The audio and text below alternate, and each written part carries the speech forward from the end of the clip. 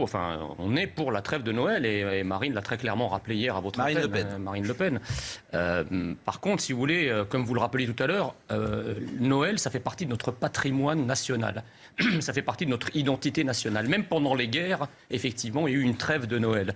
Je ne comprends pas, alors ça en dit long sur l'attitude de certains syndicats, pour le coup, si on prend cette Noël comme un élément du patrimoine national, puisqu'en fait les syndicats n'en ont plus rien à faire de l'identité nationale, ils n'en ont plus rien à faire de Noël, ils se sont islamo-gauchisés, ça aurait été... Moi j'ai eu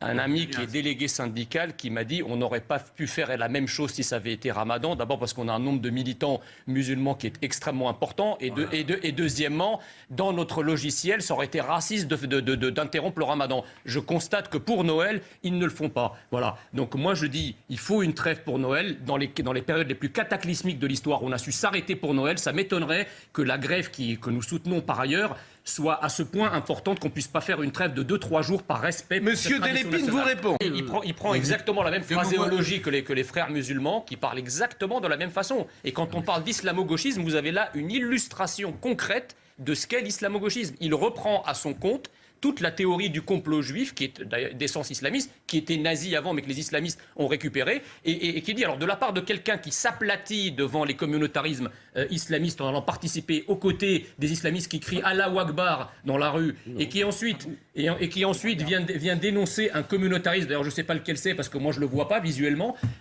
franchement, c'est honteux. Alors, juste les progressistes qui nous expliquent à longueur de journée qu'il y a un retour aux années noires, un retour aux années les plus sombres de l'histoire, eh bien c'est Jean-Luc Mélenchon qui nous y ramène.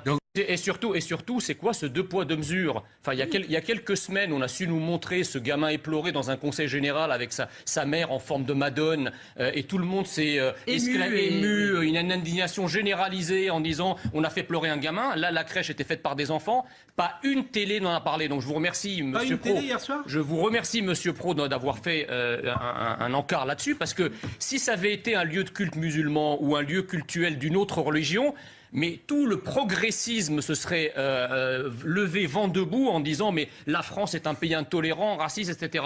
Là, il s'agit de nos propres racines. C'est silence radio. Aucun n'a réagi, aucun progressiste n'a réagi. Ils sont probablement aux champignons à cette heure-ci. Personne n'a réagi. Voilà. Je passe plutôt d'intolérance dans ce pays qui est insupportable. Exactement. Où sont passés les talibans de l'islamophobie, ceux qui parlent d'islamophobie à tort et à travers? Pourquoi on ne parle pas de christianophobie là? Le mot est devenu insulte. Ça fait partie du débat. Voilà. Non, mais moi je refuse l'islamophobie, c'est pareil. Je ne parle pas de vous, je parle Jean-Luc Mélenchon des phobies et qui pour la christianophobie. Jean-Luc Mélenchon.